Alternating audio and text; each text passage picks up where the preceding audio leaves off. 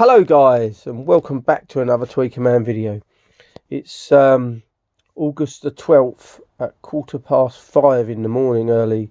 So I'm at the Audio Scrooges because I'm doing some work with him today. So I just thought I'd show you a few bits because I was at my uncle's again yesterday, decorating his house and still sorting out stuff. Got so much stuff there.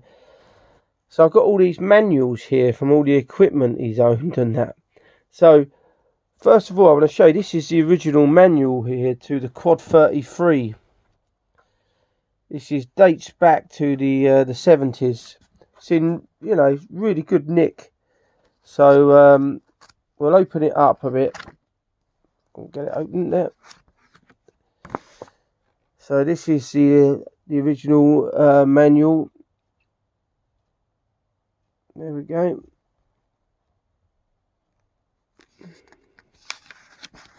Nice quality paper.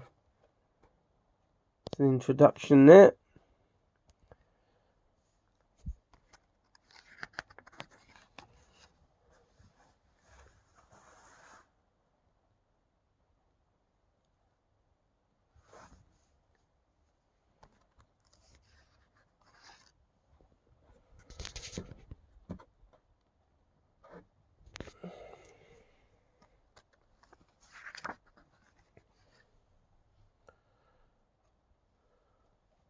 I bet there's not that many of these about now. You'd get it online, but whether you can get the original, you might be able to. I mean, these were obviously, a lot of these were sold back in the days. So they call this the control unit, although it's a preamp really. So I've got the Dada Electrics upgrade kit for it, which I shall get round to doing at some stage. Not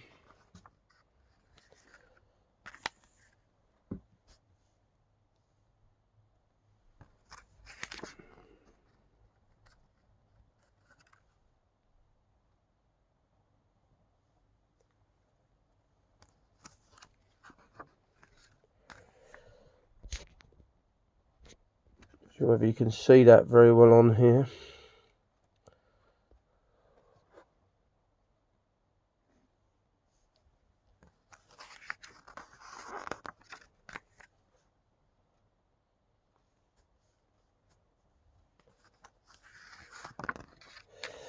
Right, so there's just blank pieces of paper at the back there until you get to the last bit here. So there's this piece of card there. And then I'll show you this piece here, which is the whole diagram. So look at that, there's a whole diagram there of all the circuit boards, where every single capacitor and diode and everything else goes in. So this is a service, like service diagram. It's just superb. So I'm going to keep hold of this as well because I've got the unit. So yeah, really pleased with that. So let's look on to look at the next manual. So the next manual is for the Quad 405 current dampening amplifier instruction book. Now the 405 that I have is really no longer a quad in a sense, because it was totally rebuilt by Lucid Designs. Now I'm not sure who they are, can't get much information on those, but when I took it to Deco Audio for them to repair it, it's definitely not a quad anymore. So, but I can report that it sounds fantastic, and it's quite a bit better than the Arcam 10 that I was using, the 10P, the power amp. Quite a bit better actually. So let's just have a look at this manual anyway. So here we go, the instruction book. So these must cut date from about 78, I think. They might be earlier than that, I'm not entirely sure, to be honest with you, but he kept everything, my uncle, never chucked anything away. The amount of gear that we've had to be really brutal with and get rid of in his house.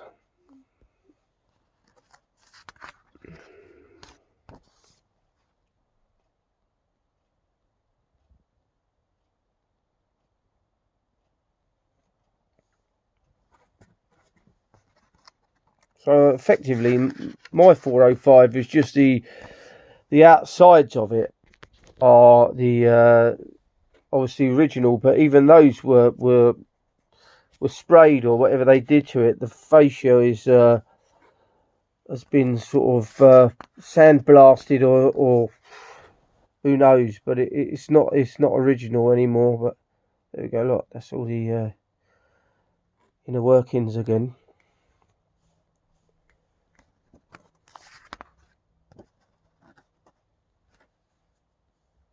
You don't get manuals like this anymore, thick paper like this, really thick.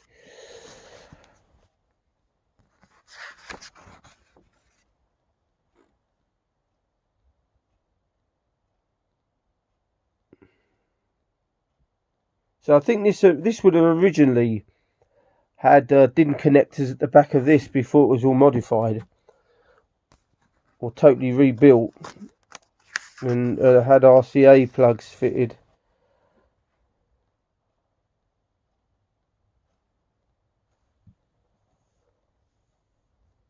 It's amazing how good this old quad stuff would sound even today. I mean, it's still quality. It's real quality. Right, that's that one. So there's something else I want to show you that's really interesting. This is what I found. Audio Talks. Definition of over 1,000 specialised terms and abbreviations used in high fidelity tape recording and allied subjects, given away free with the October 1968 edition of Hi-Fi News. Extra copies available by post from Link House Publications Limited. Now it's got all the terms in this. So all the terms that are used in audio. So it's quite an interesting read for a geek like me. Anyway, that's quite interesting. So then we move on to, I mean, obviously this, I don't class this as audiophile, but this was your Bose Acustomaz original. This isn't that old in real terms. This dates back to the 1990.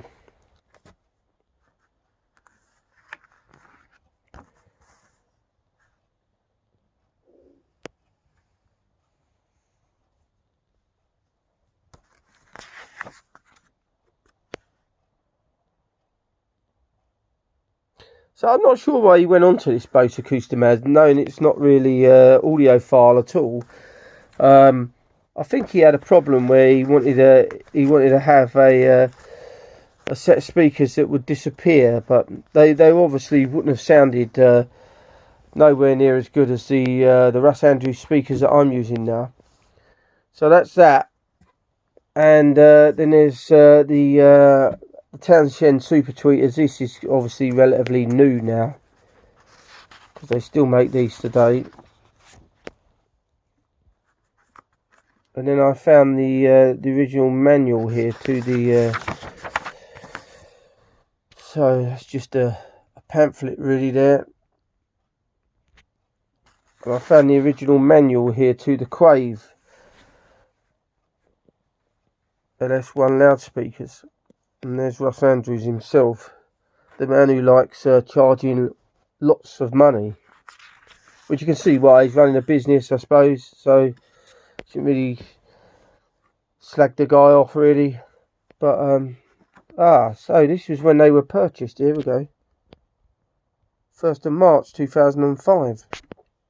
So they're effectively 16 years old, these speakers. Description.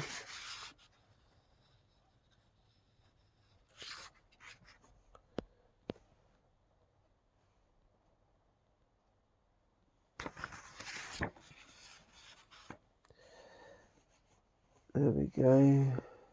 See, these speakers were originally, well, they're not originally. They were designed to go into corners.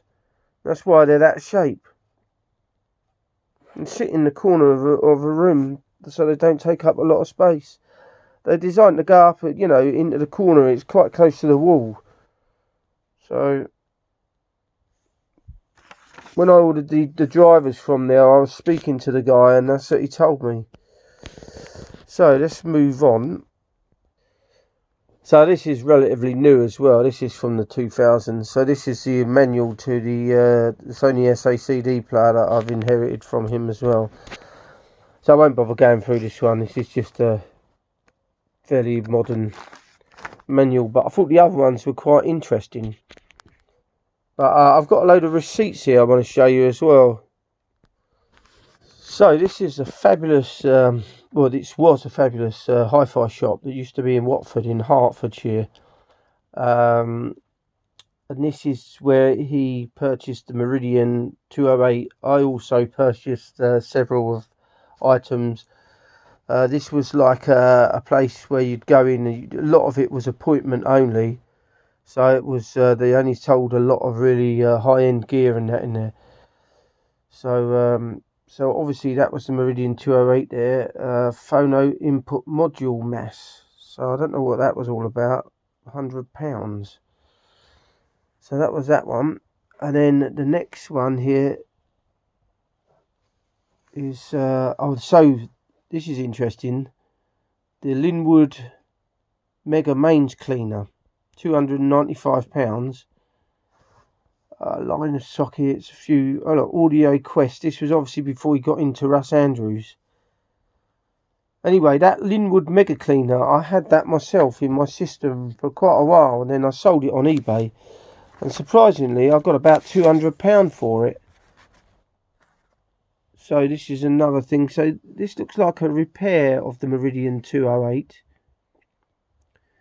and that says the 9th of the 5th 95, and the other one is the 19th of the 4th 90. So I don't know what have happened there with it. Anyway, let's move on to this one here. This was obviously the cost of that back in 1990. So the Meridian 208 CD player was £1,490. Phono board £90. Total, there you go,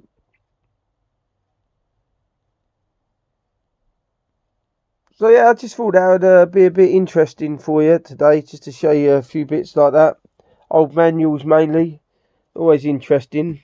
So I think that's it for today's video. I'm going to have to start work now. So thanks for watching another Tweaker Man video. If you're new to the channel, don't forget to subscribe. Don't forget to give this video a like. Don't forget to press that notification bell every time I upload a new video. So you'll be reminded. Okay. Thanks for watching, guys.